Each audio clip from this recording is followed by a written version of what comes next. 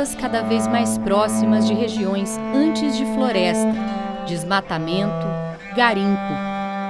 Essa proximidade entre o ser humano e a devastação da natureza aumenta os casos de uma doença conhecida de muitos brasileiros, a malária.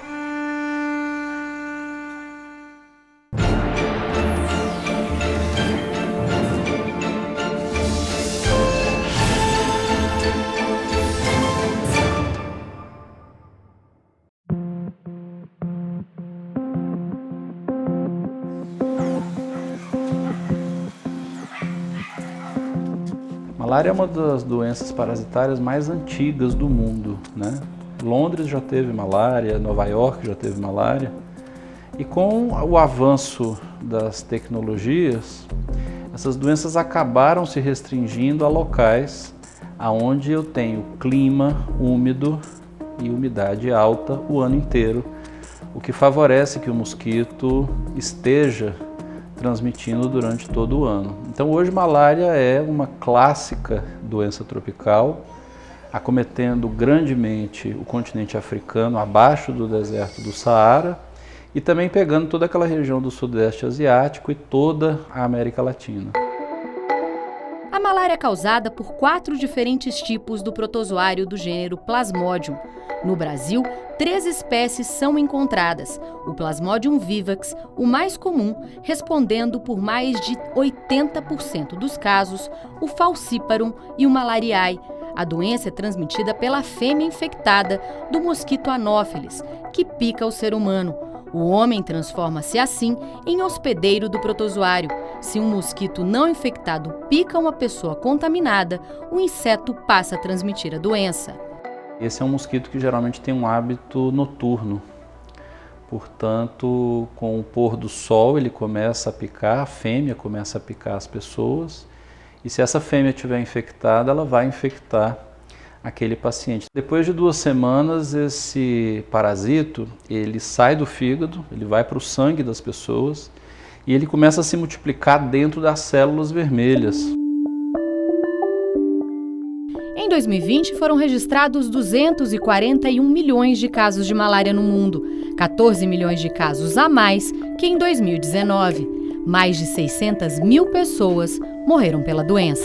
De janeiro a dezembro do ano passado, segundo dados do Ministério da Saúde, o Brasil registrou mais de 140 mil casos de malária, 57 mil deles no estado do Amazonas.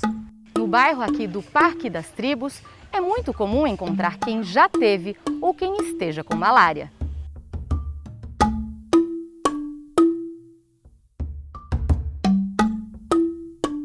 Febre alta, calafrios e falta de apetite são os sintomas mais comuns de quem está com malária. As amigas Railene e Glenda sabem bem disso. Elas contam que já tiveram mais de uma vez a doença. Peguei uma no mês 6, aí logo no mês 8 já peguei a outra, então foi bem próximo. E eu fiquei muito debilitada mesmo, com vômitos, febre, muito debilitada mesmo, mal conseguia levantar. Comer, basicamente nem conseguia. A minha primeira vez foi no começo do ano, no ano passado. Aí a última vez foi há 8 meses, acho. Sentia calafrio, dor de cabeça, febre, vômito, também não tinha apetite. Inclusive perdi 7 quilos por causa disso. As 2 amigas ficaram com medo de buscar ajuda por causa da pandemia do novo coronavírus, que superlotava hospitais e unidades básicas de saúde. A gente fica realmente com medo, porque já tá com os sintomas da malária, porque essa que eu peguei realmente foi a mais forte de todas. Eu acho que foi porque foi bem próxima. Então, assim, a gente precisava do atendimento deles. Chegar na hora não ter, então realmente dá um medo, porque eu fiquei muito fraca mesmo. E mais medo ainda de ir com uma doença e voltar com mais ainda. É muito comum ter malária? Sim. Tanto que os agentes de saúde ficam o tempo todo aqui na região. Tanto que eles deram até o número já pra gente, qualquer coisa, já ligar e porque ir rápido, sempre mais rápido os possível. vizinhos, conhecidos, que a gente conhece, né, da área. Tipo, conhecido tá com malária, fulano tá com malária. Então, tanto que a gente já tem o número deles, justamente por isso.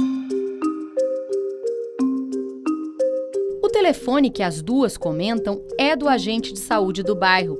É ele quem monitora casos suspeitos da doença e faz o exame para detectar a malária, um teste rápido feito a partir da coleta de uma pequena quantidade de sangue retirada do dedo. Tá com quantos dias, seu Mário, que o senhor está assistindo os sintomas e quais são os sintomas que o senhor está assistindo, seu Mário? Aqui, senhor. Quantos dias faz? Aqui que eu senti dor aqui. Dor no abdômen? Faz tempo já. A gente já fez a sua lâmina, seu Mário. Vamos levar para o laboratório, ver para examinar. Se for malária, amanhã a gente já vai trazer a sua medicação. O senhor sabe como é que funciona já o programa, né? Uhum. Se deu, a gente já traz a medicação e vai lhe acompanhar. Muitas das malárias não são provenientes daqui, elas vêm importadas, como o caso dele. Muitos vêm de São Gabriel, infectado. Aí a gente faz o exame, dá a positiva, só que antes dessa pessoa fazer o exame, ela já está com 2 semanas contaminada. Aquele um caso se transforma em 20, 30, dependendo da nossa ação, que tem que ser imediata no caso, né? Para dar medicação que depois das primeira, segunda, terceira dose já corta o ciclo de transmissão. E se a gente não conseguir, a gente entra com o método mecânico, né? Que são a termonebulização, que é o fumacê, a intradomiciliar e outras medidas paliativas que é para controlar essa evolução de casos. Durante a pandemia, o trabalho dos agentes de saúde foi prejudicado. Diferente de outras ações de combate a outros vetores, a questão da malária, o agente tem que entrar na casa, fazer o exame, orientar o morador, verificar se tem outras pessoas na casa. Então, essa atividade nós tivemos que reduzir pelo próprio risco, tanto do morador como do agente. Chegamos até a orientar, olha, atenda pela janela, atenda só pela porta, procure não entrar, até pelo risco que era extremamente grande, principalmente para as pessoas já com uma comorbidade, pessoas idosas, pessoas diabéticas, né? Tanto da parte do usuário como dos nossos agentes. Isso poderia explicar a queda dos números oficiais de malária no estado. A gente sempre disse às pessoas que se tivessem febre, deveriam ir a um posto de saúde fazer um exame para malária. E com a pandemia, de repente, você diz para as pessoas não saírem de casa. Então, houve sim um número de casos reprimido de pessoas que estavam infectadas, que não receberam tratamento. Mas a malária mostra o seu impacto muito tempo depois. A gente tem visto vários locais na Amazônia onde o número de casos aumentou muito. E a gente, obviamente, não pode atribuir claramente à pandemia, mas é preciso lembrar que no Brasil, os mesmos profissionais eles têm que se dividir entre o controle de várias doenças, né? Então, quando eu coloco pessoas para orientar a população sobre Covid ou para fazerem testagem contra a Covid, eu estou tirando os mesmos profissionais que faziam o controle dos vetores do dengue, os profissionais que faziam o diagnóstico de malária. A malária é considerada uma doença tropical negligenciada. Assim como a hanseníase, a leishmaniose e a doença de Chagas, ela afeta principalmente populações mais pobres e vulneráveis. As doenças negligenciadas são um conjunto grande de doenças que no início foram identificadas pela Organização Mundial de Saúde como negligenciadas pela produção de medicamentos, pela indústria farmacêutica e pela falta de políticas públicas do incentivo ao desenvolvimento de medicamentos, drogas, vacinas para essas doenças. Geralmente, essas doenças acometem uma parcela mais pobre da população, geralmente concentra-se no hemisfério sul do planeta, onde a pobreza é um determinante importante dessas doenças. A falta de acesso a saneamento básico, a moradia adequada, isso tudo contribui para a perpetuação dessa doença no nosso meio. Não existe investimento das grandes indústrias farmacêuticas e muitas vezes do poder público em criar novos medicamentos e novas vacinas para essa doença específica. Um dos principais pontos em relação às doenças tropicais negligenciadas, eu acho que é justamente por isso que elas são negligenciadas, é que elas causam muito impacto à saúde, porém recebem pouca atenção de pesquisa e desenvolvimento. Nos últimos 40 anos, menos de 1% dos medicamentos foram para as doenças tropicais negligenciadas.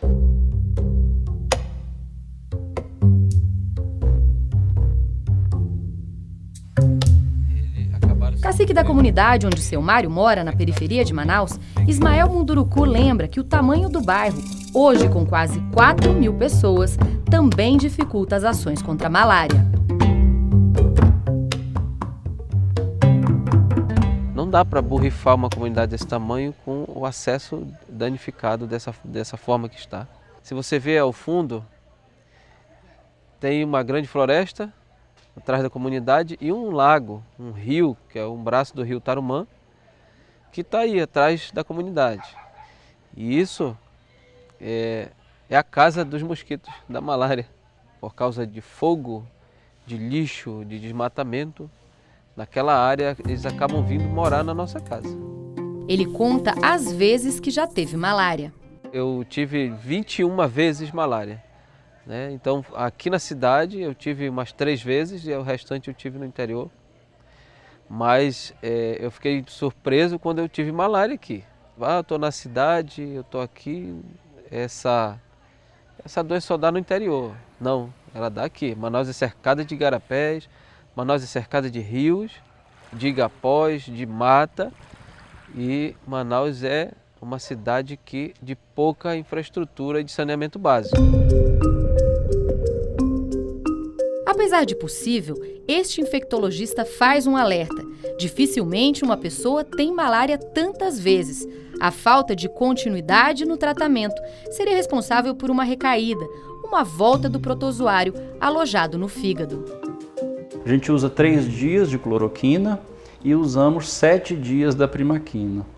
Qual é o problema? É que depois do 3º dia, quando a pessoa termina a última dose de cloroquina, ela já não tem mais febre, ela fica boa. Então ela não entende a necessidade de completar os demais dias da primaquina. Então a gente sabe que essas pessoas acabam tendo recaídas frequentes depois de 2 meses. Então isso acaba virando um ciclo muito ruim para a comunidade, porque as pessoas, mesmo sem serem picadas pelo mosquito, estão desenvolvendo novamente malária da recaída porque não usaram corretamente a medicação. A gente tem uma estimativa de que metade desses casos que são relatados pelo sistema de informação oficial são casos de recaída, né? As pessoas acabam não reconhecendo e acabam contando aquilo como uma nova picada do inseto e uma nova infecção. Com pouco mais de 4.000 casos diagnosticados em 2021, Manaus é a 3ª cidade do Amazonas quando o assunto é malária. Barcelos e São Gabriel da Cachoeira são os municípios com maior número de casos no estado, com pouco mais de 9.000 notificações cada. Foi justamente em São Gabriel da Cachoeira que seu Roberval se infectou pela última vez. O que o senhor sentia? Olha, primeiro ele me deu tipo tosse, enjoo, vomitei, febre. Com vários traumas, seu Roberval acredita que a doença mudou para sempre sua vida. O senhor disse que da malária o senhor sentia confusão mental também? Muito. Tenho pesadelo demais. Isso me afeta para mim. Só eu sei as consequências, a doença que ele me fez. Eu que sinto.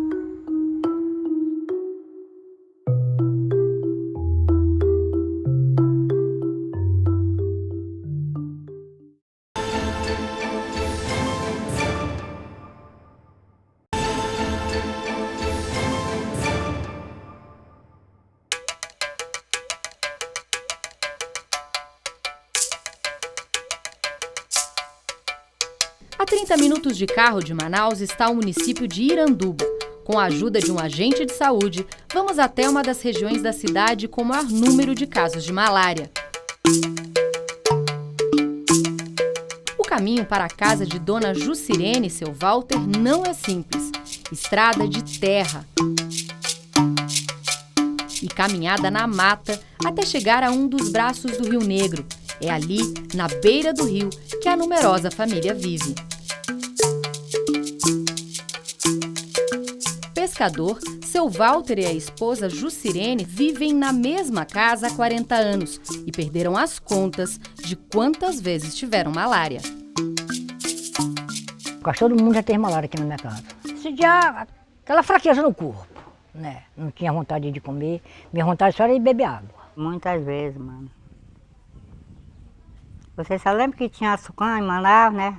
Ah, era de 15 em 15 dias eu estava lá. Era só eu vir para cá. Quando era com poucos dias eu já estava com malária, aí ia para lá de novo.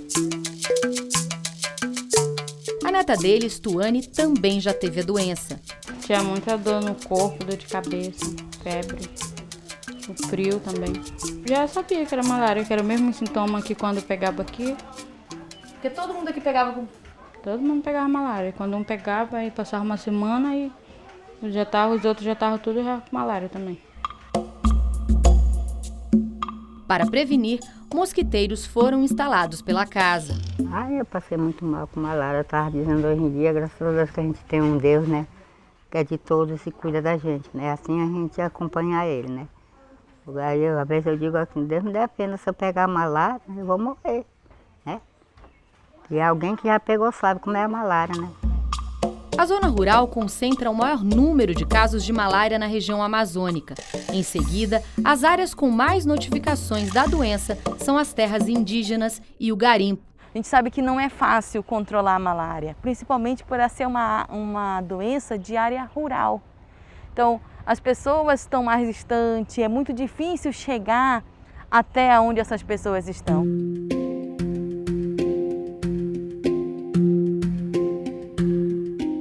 Entre essas regiões de difícil acesso estão as comunidades ao longo do rio Tarumã, um dos afluentes do Rio Negro. A viagem até a comunidade de Livramento, na zona rural fluvial de Manaus, durou cerca de 20 minutos de lancha. Aqui fica uma unidade básica de saúde que recebe as amostras de sangue coletadas de pacientes suspeitos de malária. O teste rápido é analisado por microscópio e o resultado sai em menos de uma hora. O estado do Amazonas, apesar dele concentrar 57 mil casos da doença ainda aqui no Brasil, é o estado também que mais investe em estrutura. Investe também muito no programa de malária. É o estado que tem uma ramificação de laboratórios, uma cobertura boa de laboratório para atender essa população ribeirinha, essas que estão nas calhas de rio, que a gente chama nas cabeceiras dos rios, onde estão muito distantes da zona urbana dos municípios. E a dificuldade para recolher essas amostras é grande. Antes de chegar até esta unidade de saúde, o caminho dos agentes de saúde é longo. De barco e depois de casa em casa, eles buscam por possíveis doentes. Foi assim que encontramos Dona Rosita e seu Matias. A comunidade onde eles vivem, conhecida como Abelha, tem hoje 350 moradores. Em 2021, foram registrados 21 casos de malária.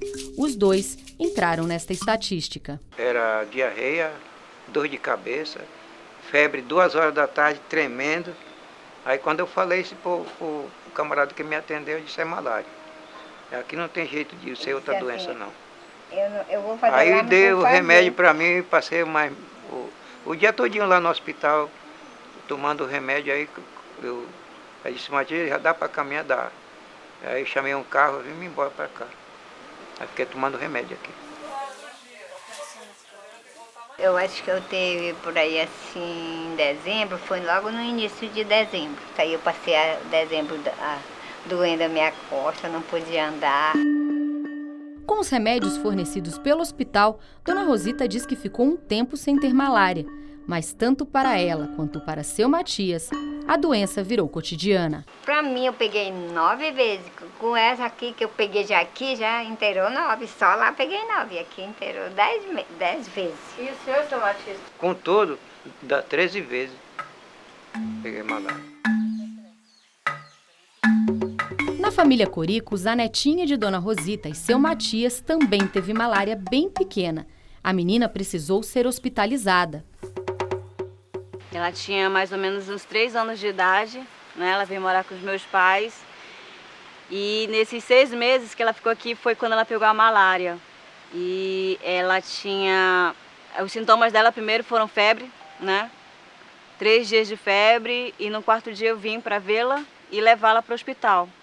E aqui na comunidade ela fez o exame, deu malária, mas eu levei no hospital tropical para confirmar mesmo. e era malária que ela teve. Helena, você lembra alguma coisa dessa época que você teve malária? Acho que não. Você era muito pequena. E como que era a medicação que tinha que dar para ela? A medicação, o tratamento é como se fosse para adulto. Não tem medicação pediátrico, né? Tanto o remédio tanto serve para adulto quanto para criança. Mas a Helena, ela cumpriu bem a alimentação, a medicação foi bem tranquila. A malária tem cura, mas pode evoluir para formas graves em poucos dias, se não diagnosticada e tratada rapidamente. O tratamento da malária busca eliminar o parasita da corrente sanguínea, mas muitas pessoas abandonam o tratamento pela dificuldade de engolir comprimidos ou porque sentem melhora dos sintomas nos primeiros dias de remédio. Por ser uma doença endêmica, ela muitas vezes é banalizada pela pessoa. Muitas pessoas veem com orgulho já ter 1, 2, 10, 15, 20 vezes o agravo. E quanto mais infecções a pessoa tem, a possibilidade de agravar é muito maior. Então esse é o principal desafio, fazer com que a pessoa comece o tratamento, termine, vá até o final, tomando a medicação da forma que é feita e principalmente que ela procure rapidamente o serviço de saúde. O tratamento da malária é feito no Sistema Único de Saúde, o SUS. Os 2 medicamentos usados hoje são os mesmos desde a década de 50. Em 2020, foi anunciada na África a primeira vacina contra a malária. Essa é uma vacina desenvolvida há vários anos atrás. Ela é dirigida contra o Plasmodium falciparum, que, como eu disse, é a principal espécie causadora da malária no continente africano. Aqui nas Américas, esse parasito ele é responsável por 5 a 15% dos casos de malária. Portanto, na nossa realidade, não é uma vacina que tenha hoje um grande impacto.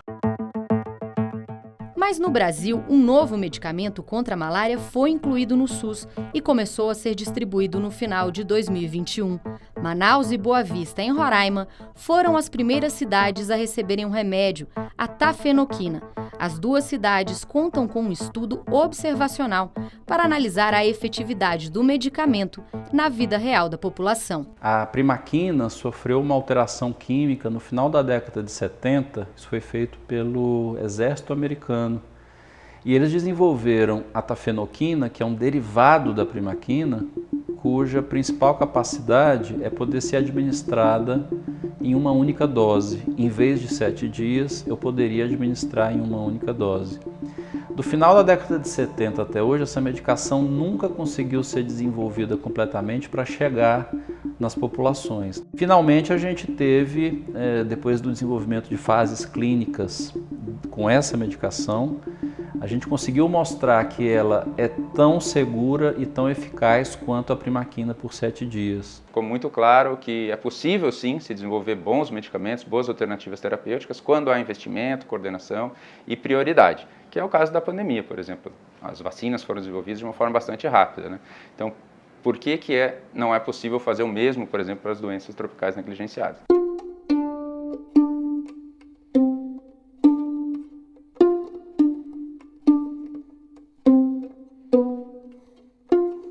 Bruno teve malária e 3 meses depois, uma recaída. Nessa segunda vez, entrou para o estudo clínico para fazer tratamento com a tafenoquina. Eu achei que estava tudo bem, mas depois de 3 meses agora, eu peguei de novo. Começou a se sentir mal de novo? Mal de novo e dessa vez veio pior. Veio bastante frio, muita dor de cabeça e febre. Agora Bruno já alterou sua rotina. Entra mais cedo no trabalho para evitar o período do fim do dia, quando os mosquitos, conhecidos por aqui como carapanãs, picam mais. Lá é um condomínio do Tarumã, tudo é mato. Os pessoal que estão abrindo, tem para fazer casa, obra, esse negócio aí, vão abrir nas matas. Aí nessas matas fica muita carapanã escondida, é causa do frio. Ela só sai a partir da tarde, que fica frio, durante o dia a gente não vê. Vou dar a rotina de lá. Chegar cedo e sair bastante cedo. E usar a proteção do que é o repelente, né? Para não pegar mais.